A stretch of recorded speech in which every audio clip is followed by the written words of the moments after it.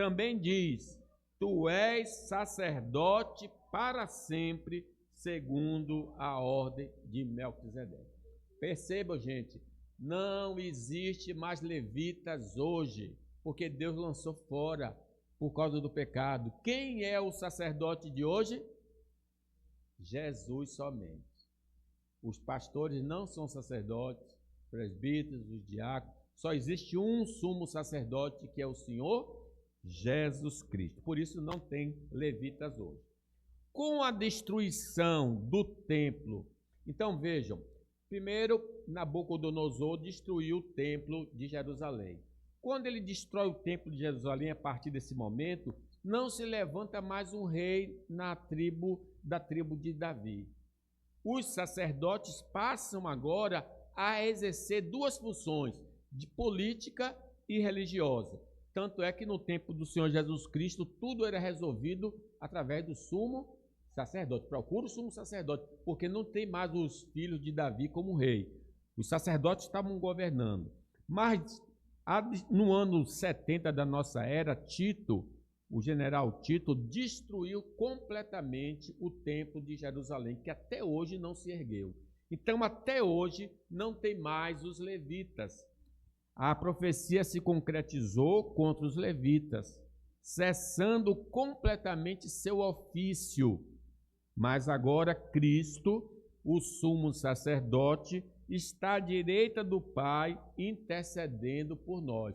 Então, onde está o templo agora? O templo está nos céus, aonde Jesus está rogando por a gente.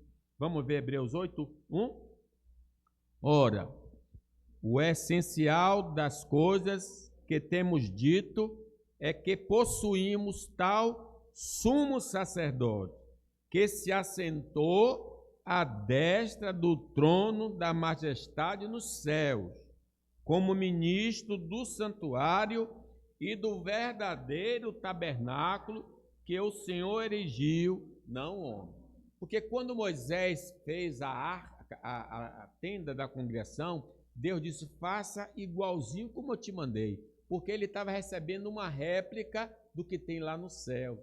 E quem está lá no céu, nesse tabernáculo? Jesus, intercedendo por cada um de nós. Louvado seja o nome do Senhor. Nossas transgressões podem, irmãos, nos privar de ter acesso ou perder as bênçãos prometidas por Deus.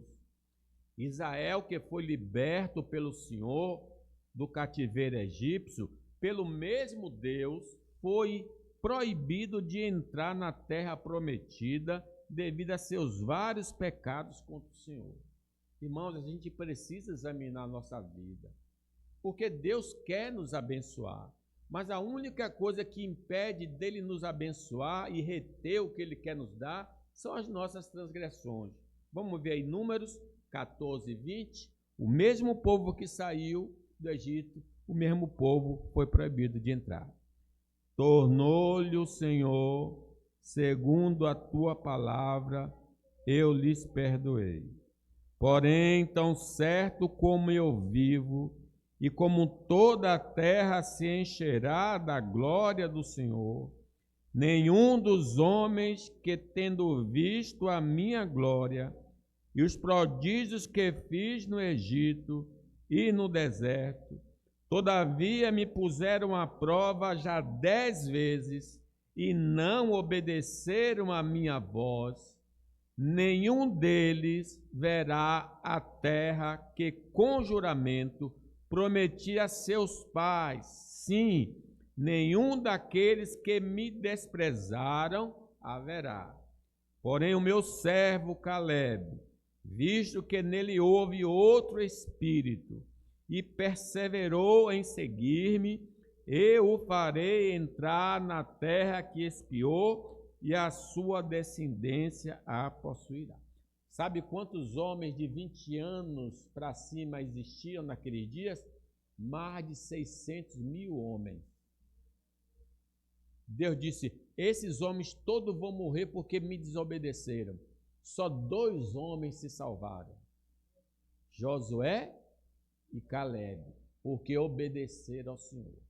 Gente, quando a gente desobedece ao Senhor, Ele retém a sua mão, não ouve as nossas orações, não deixa a gente usufruir das bênçãos. Vocês tudo vão morrer no deserto. 40 anos eles ficaram no deserto, morreram todos ali. O rei Saul perde o reino por não esperar a chegada do sacerdote Samuel, conforme ordem divina, e não ter eliminado totalmente os amalequitas e os animais. Ele era rei, gente. Deus colocou ele como rei de Israel, mas ele não foi obediente e perdeu o reinado. Salomão, devido ao seu pecado de idolatria, fez com que seus descendentes perdessem 10 tribos de Israel. É interessante, quem cometeu o pecado foi Salomão, mas quem sofreu a consequência foi o filho, Roboão, apesar da sua ignorância. Mas Deus já tinha dado o castigo. O nosso pecado pode atingir até a nossa família, porque eu visito a maldade dos pais nos filhos até a terceira e quarta geração daqueles que aborrecem o meu nome. O rei Josafá deixou de prosperar porque gostava de se associar com gente não temente a Deus, e sua descendência quase foi exterminada por ter ele casado seu filho com uma pagã. Ele pega o filho Jotão, se não me engano, e casa com Jezabel, com Atalia. Essa Atalia foi ordinária, quase matou a descendência toda do rei Davi, porque ela quis o cargo para ela, né? Como a gente pode notar, irmãos, o pecado é muito sério. Como podemos, os nossos pecados fazem com que as bênçãos do Senhor sejam recolhidas ou dadas a outro melhor do que nós. Judas era o quê? Era um apóstolo. Mas veja o que diz Atos 16, 1:16. Irmãos, convinha que se cumprisse a Escritura que o Espírito Santo proferiu anteriormente por boca de Davi acerca de Judas, que foi o guia daqueles que prenderam Jesus, porque ele era contado entre nós e teve parte nesse ministério, porque está escrito no livro dos Salmos: fique deserta a sua morada e não haja quem nela habite, e tome outro seu encargo. Então, porque ele pecou contra Deus, Deus tirou ele do apostolado e colocou Matias. Matias substituiu Judas, porque Judas não foi fiel ao Senhor. Irmãos, não vamos viver em desobediência ao Senhor, para não sermos privados dos seus presentes. A obediência gera recompensa, mas a transgressão, a punição. E aí eu concluo. Deus é amor, mas também é justiça.